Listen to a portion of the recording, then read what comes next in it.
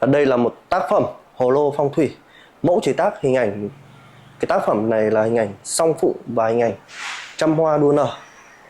Đây là một cái chiếc bình sứ của Bát Tràng.